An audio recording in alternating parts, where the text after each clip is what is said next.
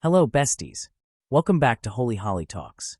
Today, I've got something really special for you all, an update on the House of the Dead movie adaptation. Now, let me just say, I grew up with this game, so the nostalgia is hitting hard right now. I'm genuinely excited to dive into this because it's more than just a game to me.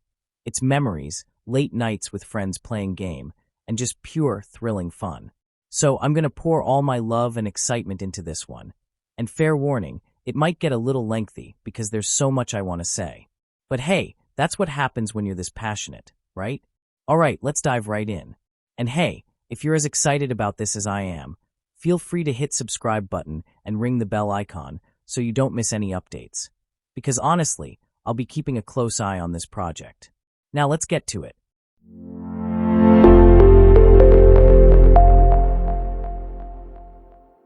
I grew up playing House of the Dead games.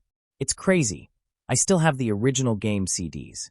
This was my first horror game, just like IGI was my first action game. Let me know in the comments. Do you have a game like that, something that really stuck with you? But let's stay on track, because once I start reminiscing about these retro games, I'll never stop.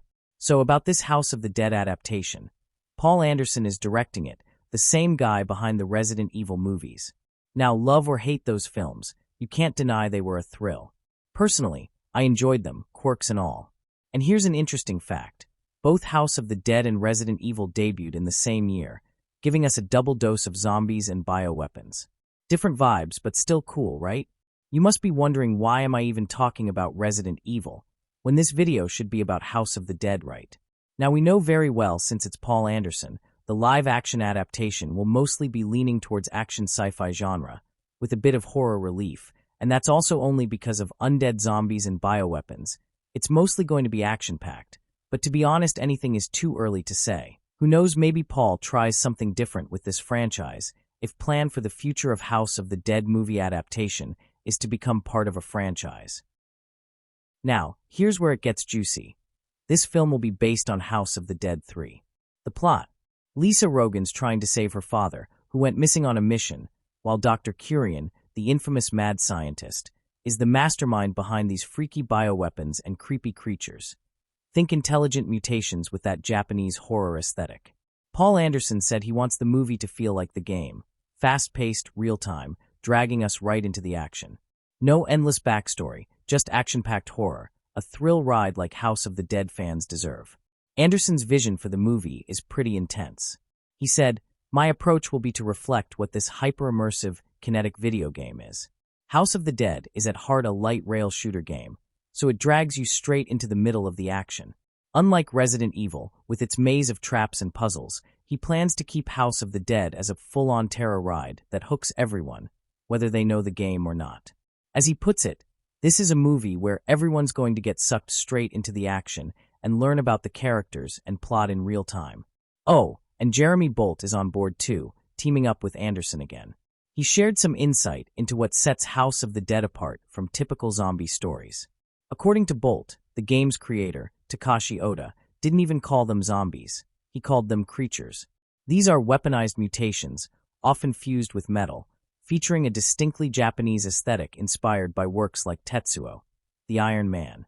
And unlike your average zombie, these creatures are highly intelligent, attacking from all angles, constantly trying to outsmart you. The main villain, Dr. Kurian, embodies this perfectly. His consciousness lives on even after death, reborn as the Wheel of Fate. And here's a cool detail. The game's big bads are all named after tarot cards, like the Magician and Death. Honestly, I didn't even know about this detail. If it's new to you too, let me know in the comments below.